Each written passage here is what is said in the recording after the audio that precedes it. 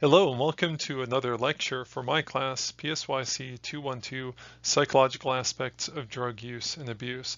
As you can see from the title, this is a supplement that's meant to follow more or less after Lecture 2A. And it's really designed just to review some of the topics that I covered in that lecture and give you another chance or two to think about it.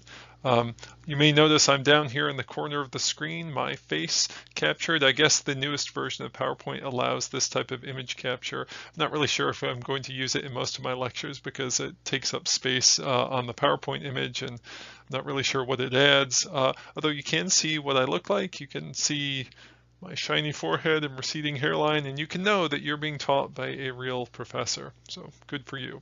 Good for me.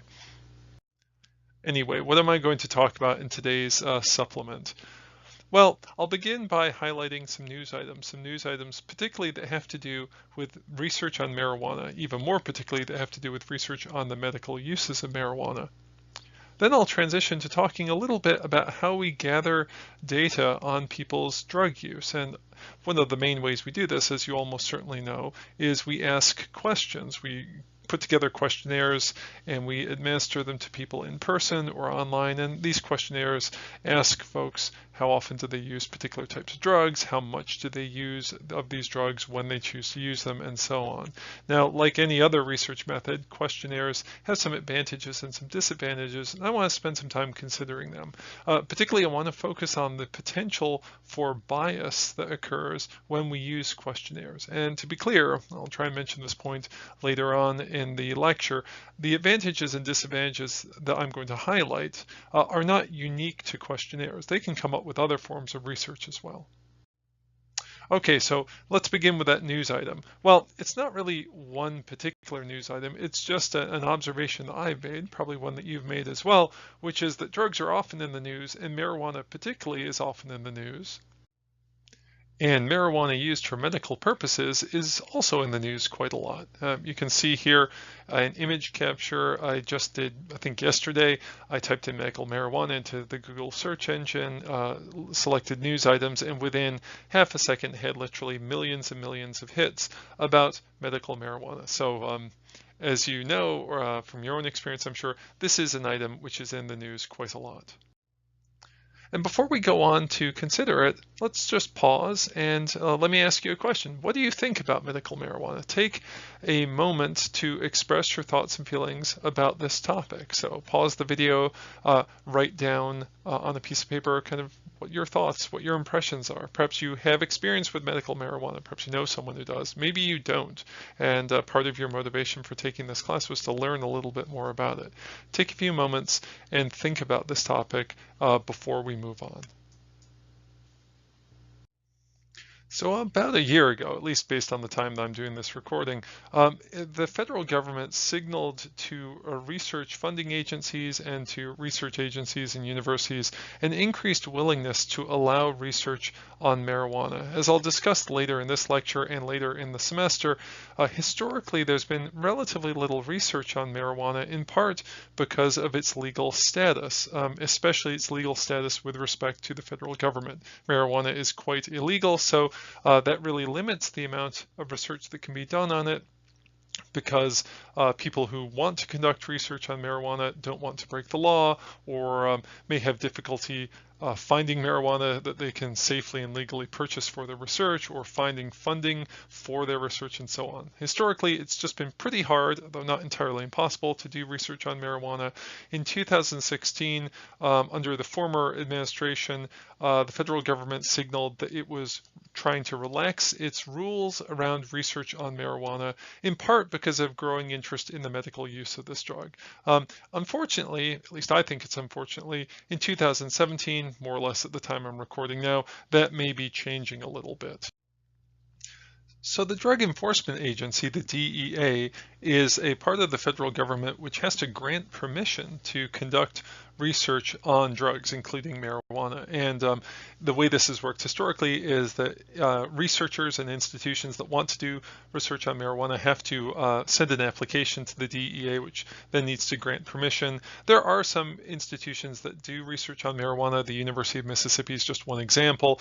And again, back in 2016, kind of the word went out that the DEA would be more willing to accept applications and potentially to grant permission to other institutions as well to do different sorts of research on marijuana, especially on medical uses.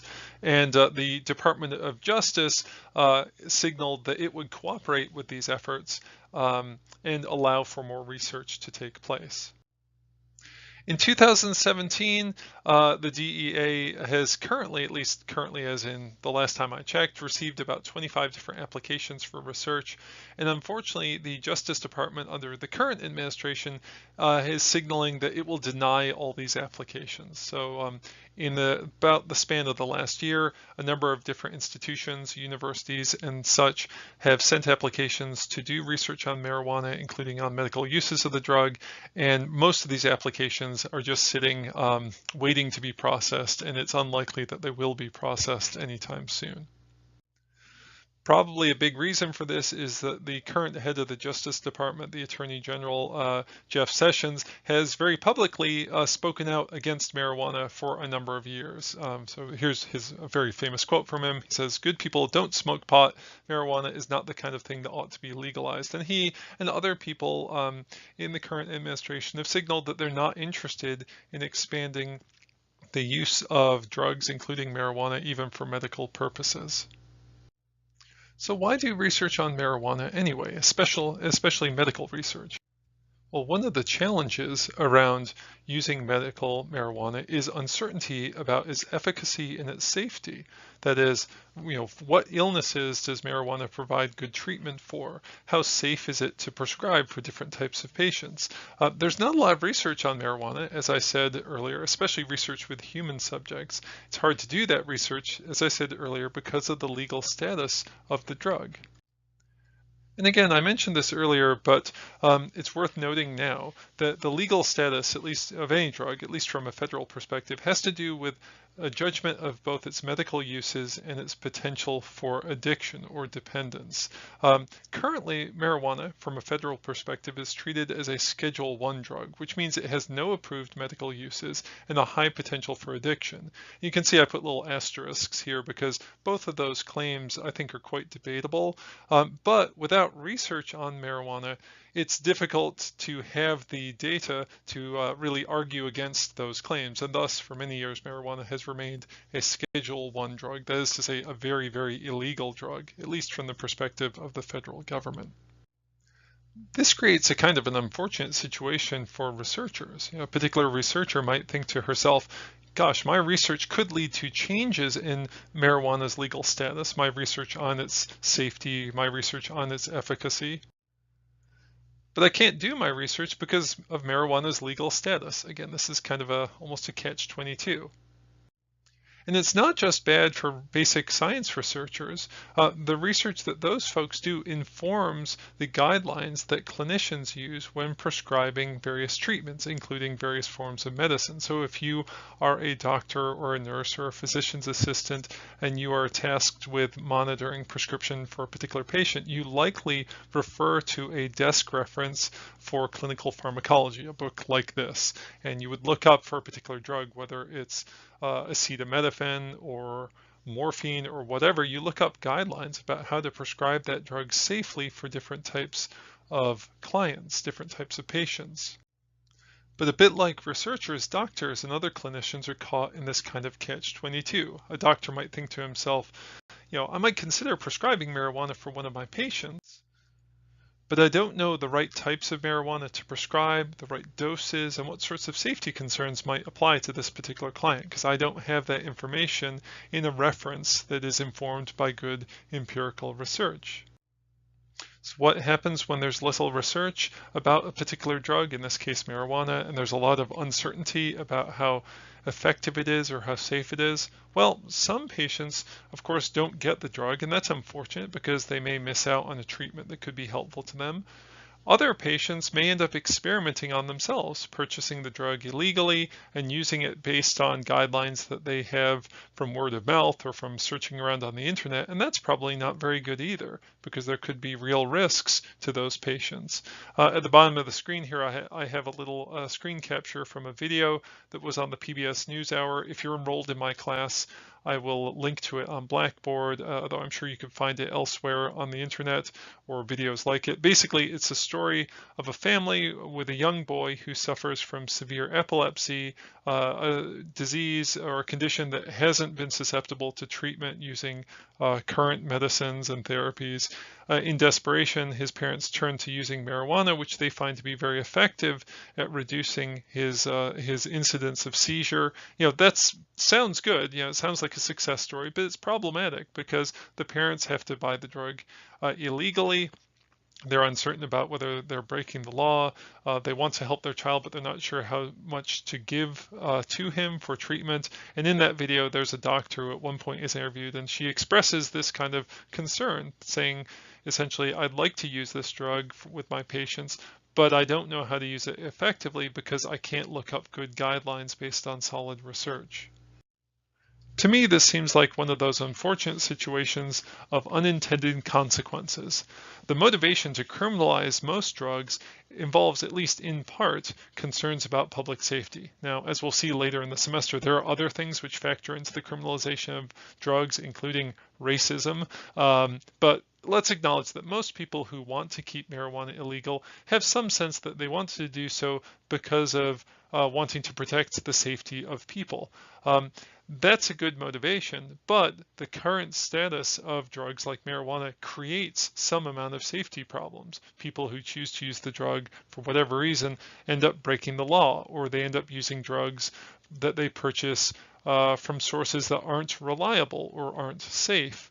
Or they purchase the drug but then aren't sure how to use it safely because there isn't good research on how the drug can be safely used or what conditions the drug can be used for. Again, these sorts of unintended consequences are unfortunate, but we have to think about them if we want to think about drugs in a nuanced and complex way, and if we want to consider drugs as part of our public health environment. The important point here, or maybe another important point, is that science is powerful. In order to understand something, we have to study it. And that's true for just about everything in the world. It's also true for drugs like marijuana. If we really care about understanding this drug, if we care about figuring out the question, is this drug helpful, or for whom is this drug helpful, or for what types of conditions is this drug helpful, then we have to do science. The alternatives, which are just kind of expressing opinions to one another, that's not so helpful. Science can be helpful here. So what do you think?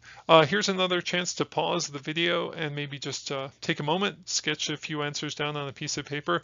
Should marijuana be medicalized? What are the potential benefits? What are the potential risks of this type of decision? So take a few minutes and think about this. I think it'll help you learn, help this stuff stick in your brain. And when you're ready, click advance or play, and the video will keep rolling, and I'll have a few more things to talk about. Okay, so the next topic I want to talk about in this supplemental lecture is measuring drug use. One of the most basic questions you might ask about a drug is how common is its use in a given population? So how commonly is it the case that you find people using marijuana, or people drinking alcohol, or people smoking cigarettes, and so on? And in order to answer that question, a researcher might have probably a few different options, but the most common one that he or she would choose probably would be to use questionnaires.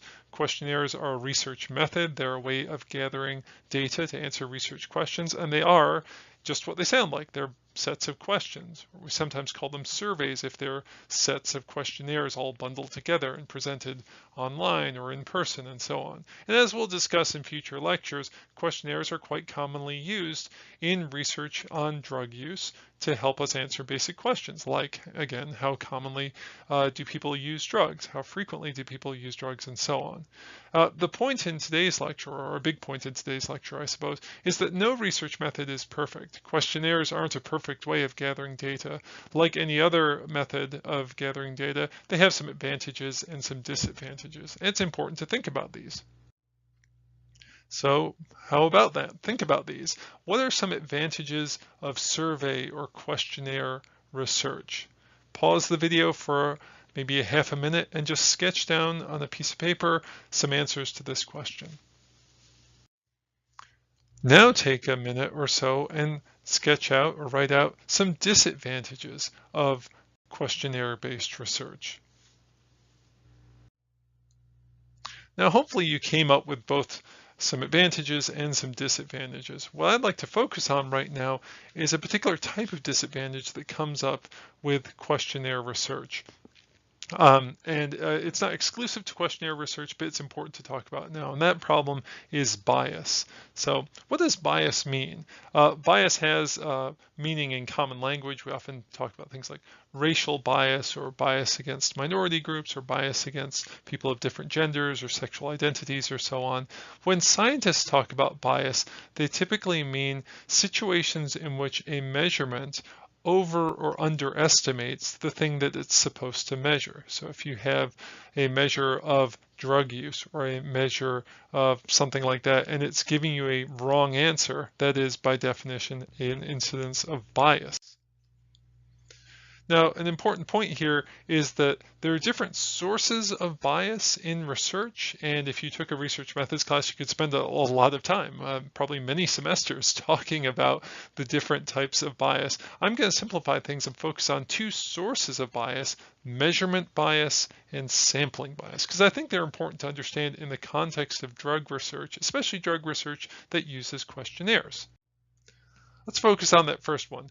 Measurement bias. Again, bias is a situation in which the measurement we're making is systematically or consistently over or under measuring the thing that it's supposed to measure. So let's imagine a situation. Imagine that you wanted to estimate the typical quantity of alcohol consumed in a given population. So when people drink, how much do they drink?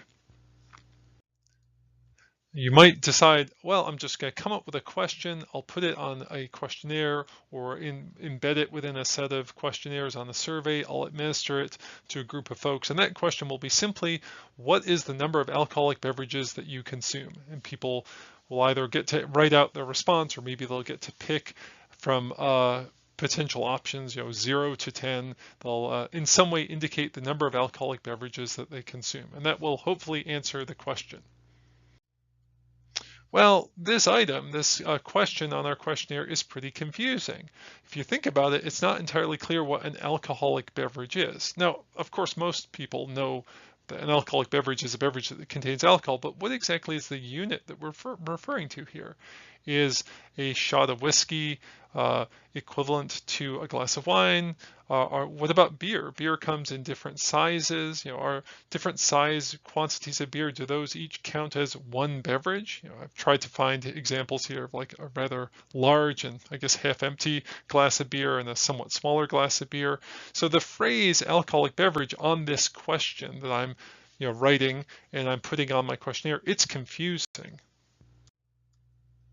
Maybe I could revise the question to make it less confusing. So I could say, what is the number of alcoholic beverages that you consume? And I maybe can include a little picture or a little key here that says, hey, look, for the purpose of this question, one alcoholic beverage is equal to either a 12-ounce can or bottle of beer, or a 8 to 9 ounce glass of malt liquor, or you could say maybe craft beer that's a little bit stronger than typical beer, or a 5-ounce glass of wine, or a 1.5 ounce shot of 80 proof whiskey or rum or gin or some other spirit. So each of these things is equivalent to the others and thus is a standard unit of an alcoholic beverage. So someone who's had 2 beers has consumed 2 beverages. Someone who's had 1 shot has consumed 1 beverage. Someone who's had 1 glass of wine has consumed 1 beverage. And so a key or a little graphic like this helps make my question less confusing because it makes the phrase alcoholic beverage a little bit more precise. Unfortunately, this item or this question is still a little bit confusing because it's not clear what the time frame is we're talking about. So are we asking how many alcoholic beverages do you consume in a given session of drinking, or in a week, or in a month, or in a typical year? Again, it's uncertain, it's unclear. So we could revise our question again. We could say, all right, what is the number of beverages you consume? And we can include our little key here to make more precise what we mean by alcoholic beverage in a usual drinking session. And maybe we could even define that. That is a session in which you begin drinking and then later stop drinking. So our question is getting a little bit more precise. It's getting a little bit less confusing, and that's probably a good thing. You might note that it's still not perfect, and here I would say, look, no question, no measure, regardless of whether it's a question or not, can be perfectly precise. In this case, we might say that the phrase "a typical drinking session" is kind of confusing because most people vary quite a bit in how much they drink. Some folks drink quite heavily on the weekends, but not at all during the week, or they drink quite heavily when on vacation, but not at all or very little during the school year. In fact, modern researchers who try to track things like alcohol use often take advantage of things like cell phone or tablet-based technology where you can record kind of daily diaries of alcohol use. And there are some rather sophisticated ways of describing people's patterns and the variability in those patterns in terms of their alcohol use. The important point here, or an important point here, is that if a measure, like a question on a questionnaire, is confusing, if people are uncertain how to read it or what the wording means, then the results of the study that uses that question will have a lot of error. Technically, this is called measurement error because, of course, it is error associated with how you're measuring something. So you could imagine a group of people are all answering the same question, and even if it's the case that magically all those people were drinking exactly the same amount of alcoholic beverages, they might still answer that question differently from one another just because each person is reading that question in a slightly different way. Those differences, that variability, again, from a kind of a technical perspective, would be called measurement error. And I think you can hopefully appreciate why we give it that name. There's actually another point here that's maybe a little bit more subtle, but in a way a little bit more important. And that is, if it's the case that different types of people, different groups of people read the question differently than other groups of people, then the results of our study will be biased.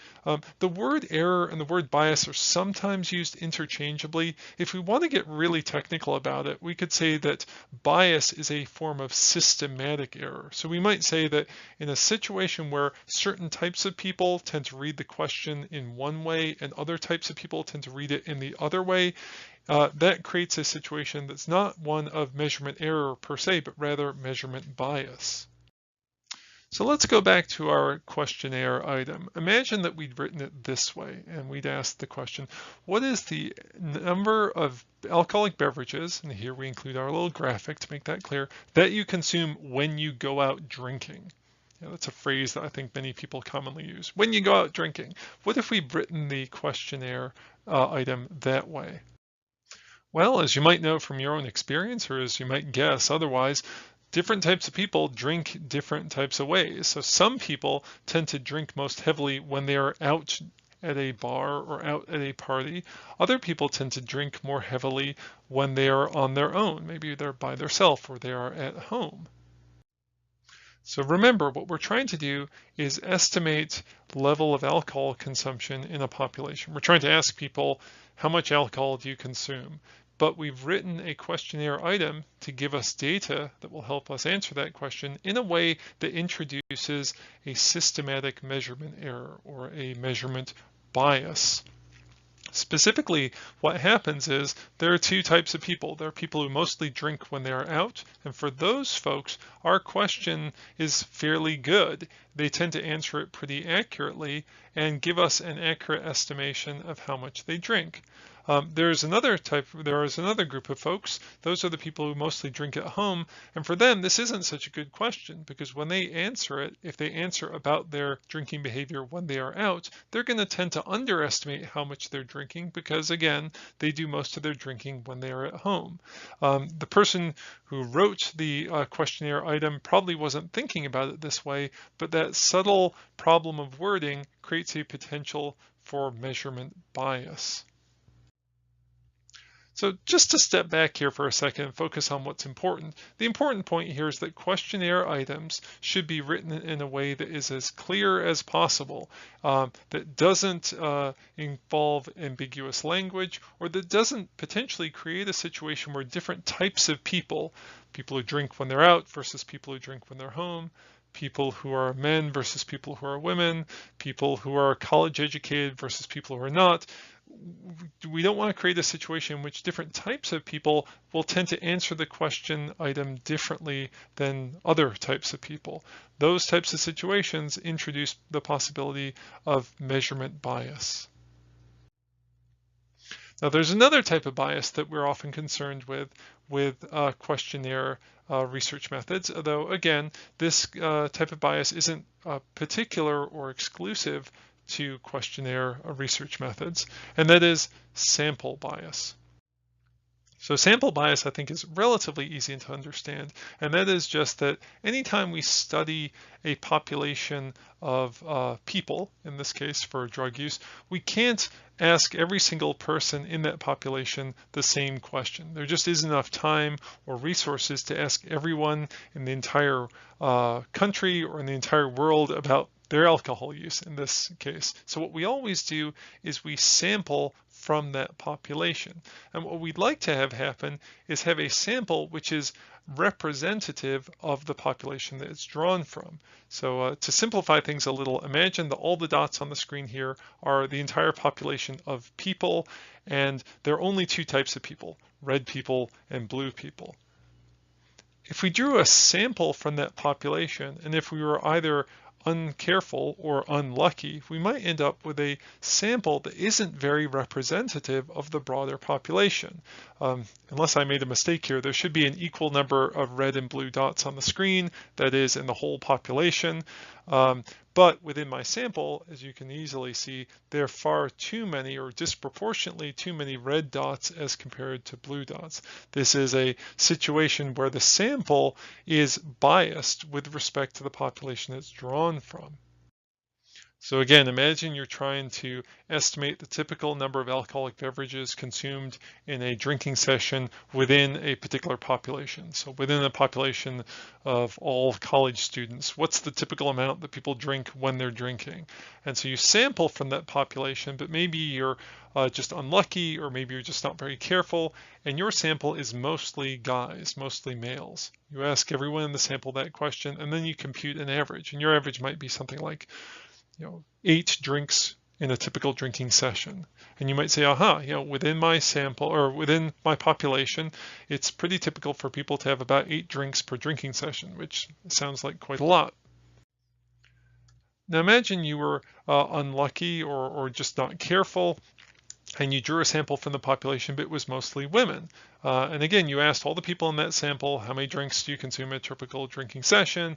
And you got all the data and you computed an average. Maybe your average would be quite different. It could be quite a lot smaller, like 4 or 5, which is still quite a lot, but maybe not nearly quite so much. And the problem is, if you didn't notice the fact that your sample wasn't balanced for gender, or you might incorrectly assume that your estimate was accurate for the whole population, when in fact it was biased because of the disproportionate overrepresentation of males or overrepresentation of females. So the important point here is, if your sample is unrepresentative, if your sample is biased, so in this example, there are too many males with respect to the overall population or too many females, then the results of your study are going to be biased as well. You might overestimate the number of drinks people consume if you accidentally gathered too many guys, or you might underestimate it if you accidentally gathered too many women, just because on average in the general population, men tend to drink more than women. Although that's not always true, but it tends to be true. Hopefully this idea of sampling bias makes sense to you. If it doesn't, or if you just need a bit more practice with it, here's a simple question. This is a question that I sometimes use on homework assignments or on tests, so hopefully it'll make sense to you. Imagine that you're a researcher who's recently conducted a survey of alcohol use with a sample of undergraduate students at a university where you work. It's a pretty typical situation that researchers in psychology departments often find themselves in. You tell a colleague that the results of your survey provide a good estimate of how prevalent alcohol use is in the general population. That is, the population of not just college students, but people in general. Your colleague suggests that your results might be biased. What does she mean? Here are some multiple choice options. Does your colleague mean alcohol use is pretty common among undergraduates, so the prevalence of alcohol use that you may have observed in your study might overestimate the prevalence of alcohol use in the general population, that is, the population of all people, not just college students? Does your colleague mean the questions on your survey may include language that would be considered offensive to women or members of different minority groups? Does your colleague mean that the prevalence of alcohol use that you've observed in your study may not be statistically significant? Or does your colleague mean none of the above? So multiple choice situation you're probably familiar with from many tests and homeworks that you've done over the years in different classes. What do you think? Well, hopefully, after thinking about this for a second, you've decided that the correct answer is answer A, which I'm awkwardly circling here with my little PowerPoint pen. When we talk about bias in the sense that researchers usually use it, we're talking about situations in which an estimate that's made using a particular measure or using a particular sample is an overestimation or an underestimation of the thing that we're really interested in. So we're really interested in how common alcohol use is in the general population of folks, that is college students and people who are not in college. But because our sample included only college students, and because college students, as you probably know, tend to drink more than most other folks, that estimate from that sample is going to be an overestimate, almost certainly, for alcohol use in the general population. So your colleague is trying to gently suggest to you that you have a biased result in your research based on sampling bias. The important point here is that questionnaires should be given to representative samples of the population. Now, that's not just true for questionnaires. Any research method that we use in psychology or in other sciences should be used with representative samples of populations. But this issue comes up a lot with questionnaire-based research, so it seemed like an appropriate thing to bring up in this little supplemental lecture. Questionnaires are a common research method, and they have many advantages. I haven't really highlighted them in this little supplemental lecture, but hopefully you could come up with a few on your own, and if you couldn't, you could check the main lecture series to find some examples that I've given.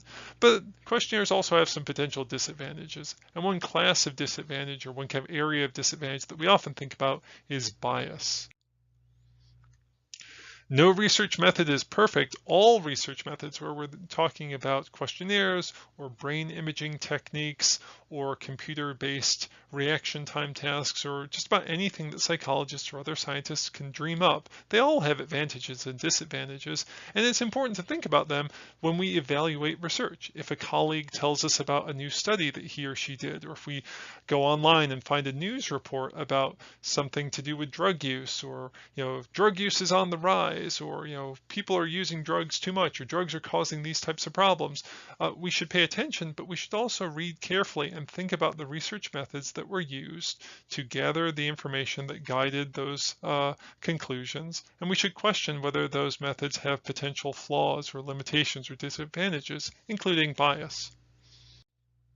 Okay, well, thanks for your attention for this lecture, a little supplemental lecture. Hopefully it gave you a chance to think a little bit more about medical marijuana, about the potential advantages and disadvantages of questionnaire-based research methods, and especially, pardon me, about measurement bias, and sampling bias, which can occur in just about any form of research that psychologists do. So again, thanks so much for your attention.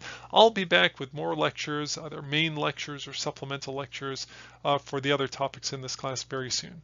Bye-bye.